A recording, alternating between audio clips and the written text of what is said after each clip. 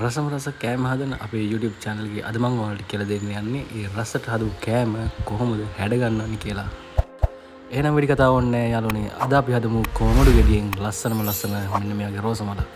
ඔයා කොච්චර වීඩියෝ බැලුවත් මේ වගේ නොමිලේ පළතුරු කැටයම් කියලා දෙන වීඩියෝ නම් ඔයාලට හොයාගන්න හම්බෙන්නේ නැහැ. සිංහලෙන් මේ වගේ දේවල් කියලා දෙන වීඩියෝ ඔයාලට කොහොමත්ම හොයාගන්න හම්බෙන්නේ නැහැ. ඒ හින්දා මේ වීඩියෝ එක මග අරින්න නැතුව දිගටම වීඩියෝ එක නරවන්න. මේ පාඩම මම ඔයාලට මුලින් ඉඳන්ම කියලා දෙනවා. ඒ හින්දා වීඩියෝ එක ස්කිප් කරන්න එපා. දිගටම වීඩියෝ එකත් එක්ක ඉඳලා මේ දේවල් හරියට හොඳට බලලා ඉගෙන ගන්න. ඒ වගේ තමයි යාළුවනේ තව දෙයක් මතක් කරන්න මේ කාවින් නැෆ්යත් මමම හදපු කාවින් නැෆ්යක් තියෙන. ඔයාලටත් ඒක හදාගන්න හැටි මම කියලා දෙන්නම්. ඒක දැනගන්න ඕන ගා ඉන්නවනම් පහලින් කමෙන්ට් එකක් දාන්න. යාළුවනේ මම ඒ කාවින් නැෆ් හදන එකේ වීඩියෝ එකත් එවන්න. හැඳින්වීමේ මේ විදිහට ඉවරනවා යාළුවනේ. දැන් අපි එහෙනම් කොමඩු ගෙඩියක් තෝරගෙන වැඩේට බහින්න. කොමඩු ගෙඩිය තෝරාගන්නදී මෙන්න මේ වගේ පැත්තක් කහ පාට වෙච්ච කොමඩු ගෙඩිය තෝරාගන්න.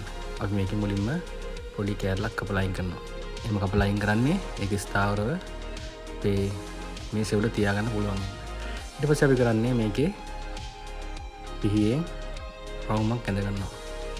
ඒ රවුම මිලිමීටර් 3ක් විතර ගැඹුරට තමයි අපි බෙදන්නේ. ගොඩක් යටට දාන්න එපා. මිලිමීටර් 3ක් විතර තමයි මේකේ අපි කැපුම ඇතුළු කරන්න. ඊට පස්සේ මේකේ අපි කැපුම් ධාරයක් අයින් කරගන්නවා. මෙන්න මේ විදිහට ඇලයට අංශ 45ක වගේ කෝණකින් මේ වගේ පිහිය 1 මිලිමීටර් 3ක් පමණ ඉතුරු කරලා ඒ කැපුම් ධාරය අයින් කරගන්නවා. මෙන්න මේ විදිහට අයින් කරගන්න. මේ හැම කැපුමක්ම ඉතාමත් සියුම්ම කරන්න ඕන. කලබලයට ෆුඩ් කාවින් කරන්න බෑ. ඔයා මානසික සුවය හොන කෙනෙක් නම් භාවනා කරන්න ඕන නෑ. අමුතු මේකත් එක්තරා භාවනාවක් තමයි. අපි මේක මෙන්න මේ විදිහට තව ලස්සන කරගන්න. නැවත මතක් කරන්න යාළුවනේ ඔයාලා channel එක subscribe කරලා නැත්නම් දැන්ම channel එක subscribe කරන්න. මොකද මේකේ food carving වගේම cooking recipe තියෙන channel එකක්. ඔයාලට අපි වීඩියෝ එකක් දාපු ගමන් අලුතින් බලා ගන්න channel එක දැන්ම subscribe කරලා තියාගන්න.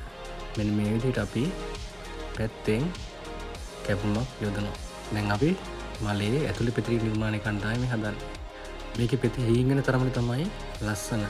හැබැයි ඒක සංකීර්ණ වැඩි. ඔයාලට මේක කියලා දෙන පාඩමක් නිසා එහෙම කරොත් ඔයාලට මේක තරමක් අමාරුවට දැනෙන්න පුළුවන්. ඒ හින්දා තමයි මම මේ විදිහට පෙති ලොකුවට කපන්නේ.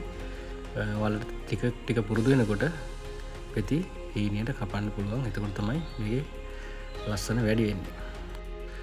මේ වගේ නිර්මාණයක් ඔයාලගේ උත්සව සමයේ කෑම මේසේ ලස්සන කරන් පාවිච්චි කරන්න පුළුවන්. ඒ වගේම වෙඩින් එකකදී, බර්ත්ඩේ පාටි එකකදී, ඒ වගේ වෙලාවකදී භාවිත කරන්න පුළුවන්. gift එකක් විතර පාවිච්චි කරන්නත් පුළුවන්. ඒ වගේ මේක ඇත්තටම ගොඩක් කට්ටිය පාවිච්චි කරන්නේ නැති එකක්. ඒකෙන් මේක මිල කරන්න අමාරුයි. ඔයාගේ අතින්ම මේ වගේ නිර්මාණයක් කළ දුන්නාම ඒක ඇත්තටම මිල කරන්න බෑ. මේ ටික තමයි යාළුවනේ සංකීර්ණම හරිය. ඒ හින්දා සියුම්ම කැපුම් යොදන්න. මොකද අපි පිහිය තදට පාවිච්චි කරොත් මේ මැද කෑලි ගැලවිලා අයින් වෙන්න පුළුවන්. ඒ හින්දා සියුම්ම තමයි මේ දේ කරන්න ඕන. අනික පිහිය හොඳට කැපෙන්න ඕන. ඒකයි මම ඔයාලට කිව්වේ මේ වගේ පිහියක් හදන හැටි මම ඔයාලට කියලා දෙන්නම් කියලා. එහෙම ඕන ඉන්නවනම් දැම්ම කමෙන්ට් එකක් පහලින් දාන්න. එයාලට මේ වීඩියෝ එකේ link එක මට යවන්න පුළුවන්. එතකොට මේ වගේ නිර්මාණයක් සාමාන්‍යයෙන් චෙෆ් කෙනෙක් තමයි කරන්නේ.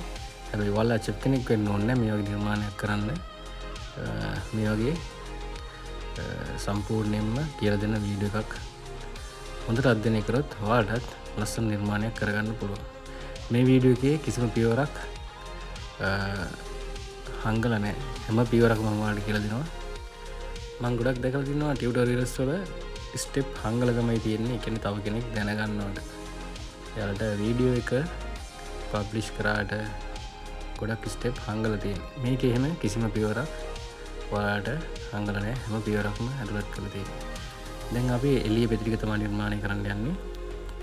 මෙන්න මේ විදිහට පෙත්තේ මාජින් එක නැත්තම් සීමාව ලකුණු කරගත්තා. ඊට පස්සේ ඒකේ අනවශ්‍ය කොටස ඉවත් කරගත්තා. මේ විදිහට තමයි දිගටම අපේ පියවර ටික සිද්ධ වෙන්නේ. ඒක තමයි ප්‍රධානම සිද්ධාන්තය.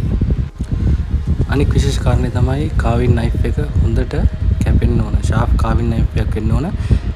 එතකොට තමයි අපිට මේ නිර්මාණය සියුම්ම කරගන්න පුළුවන් වෙන්නේ. ඒ නිසායි මම ඔයාලට කිව්වේ කාවින් නයිෆ් එකක් හදන හැටි ඔයාලට කියලා දෙනවා කියලා. ඔයාලට ඒ දේ දැනගන්න ඕන නම් දැම්මම පහළ කමෙන්ට් එකක් දාන්න. channel එක subscribe කරලා නැත්නම් දැම්මම channel එක subscribe කරන්න. තව ලස්සන නිර්මාණ කරන්න ඔයාලට මම ඉදිරියේදී කියලා දෙනවා. ඔයා රසට කෑම හදන්න දන්නවා ඇති. නමුත් කෑම අමුත්තන්න පිළිගන්නවද්දී කෑම මේසය මේ වගේ ලස්සන කරපුවම මේ කෑම රසය තවත් වැඩි වෙනවා. ඒ නිසා මේ වගේ නිර්මාණ කරන්න ඔයාලා ඉගෙන ගන්න. මමත් ඉගෙන ගත්තේ වෙනත් භාෂාවලින් කරන වීඩියෝ නරඹලා තමයි ඉගෙන ගත්තේ. මට හිතුණා මගේ channel එකේ ඔයාලට සිංහල භාෂාවෙන් කරන මේ වගේ වීඩියෝ එකක් නිර්මාණය කරොත් හොඳයි කියලා. ඒ නිසා මගේ නිර්මාණයට අගයක් දෙන්න ඔයාලා මේ වීඩියෝ එක සම්පූර්ණයෙන්ම නරඹන්න. ඔයාලගේ වටිනා කාලය ඉතුරු කරන්නයි මම මේ වීඩියෝ එක චුට්ටක් ස්පීඩ් කරලා දෙන්නේ. නමුත් ඔයාලා මේ නිර්මාණය කරද්දී බොහොම පරිස්සමට සියුම්ව නිර්මාණය කරගන්න. කොමඩු වලින් කරන නිර්මාණයක් තමයි මම ඔයාලට මේ කියලා දෙන්නේ. හැබැයි තවත් ලස්සන නිර්මාණ මේ channel එකේ තියෙනවා. ඔයාලට වෙලාවක් වෙන් කරගෙන මේ වීඩියෝ නරඹලා ඉගෙන ගන්න. තව ඉදිරියටත් මේ වගේ වීඩියෝ ඉදිරිපත් කරන්න මම බලාපොරොත්තු වෙනවා. ඒ හින්දා ඔයාලා channel එක subscribe කරලා තියාගන්න, notification on කරලා තියාගන්න. එතකොට මම ඇතුළත් කරන අලුත්ම වීඩියෝ ඔයාලට නරඹන්න පුළුවන්. මේ නිර්මාණය කරද්දී ඔයාලට ඇති වෙන ප්‍රශ්න ගැටලු ඕනම දෙයක් කමෙන්ට් කරන්න. ඒ හැම දෙයකටම උත්තර දෙන්න මම ලෑස්තියි. රෝසමල්ලි ගොඩක් පෙති අපි නිර්මාණය කරලා ඉවරයි. නමුත් වීඩියෝ එක ඉවර නැහැ. වීඩියෝ එකේ ඉදිරියට තව විනාඩි 4ක් තියෙනවා. ඒ ටික තමයි හොඳම ටික තියෙන්නේ. ඒ හින්දා වීඩියෝ එක දිගටම නරඹන්න. ඊට පස්සේ මම ඔයාලට කියලා දෙනවා මේකේ අලුත් වැඩක් කරන විදිය. ඒ හින්දා දිගටම නැදලා ඉන්න. මේ නිර්මාණය සංකීර්ණයි වගේ පෙවුනට සංකීර්ණ නැහැ. ඔයාලටත් මේ නිර්මාණය අනිවාර්යයෙන්ම කරගන්න පුළුවන්. මොකද මමත් YouTube වීඩියෝ බලලා තමයි මේ දේවල් ඉගෙන ගත්තේ. හැබැයි ඔයාලට වගේ සිංහල භාෂාවෙන් මේ විදියට කියලා දුන්නේ නැහැ මේ වීඩියෝ වල. මෙන්න මම ඔයාලට කියපු අලුත් නිර්මාණය. මේකෙන් ඔයාලගේ නිර්මාණයට නව පෙනුමක් එකතු කරගන්න පුළුවන්. සියුම්ම මේ දේවල් කරගන්න ඕන. ඔයාගේ ජීවිතේ මේ නිර්මාණ භාවිතා කරන්න තියෙන අවස්ථාවන් ගොඩක් තියෙනවා. ඒ නිසා වීඩියෝ එක බලලා data නැස්ති වුණාට ඒක ඔයාට ලොකු ගැටලුවක් වෙන්නේ නැහැ.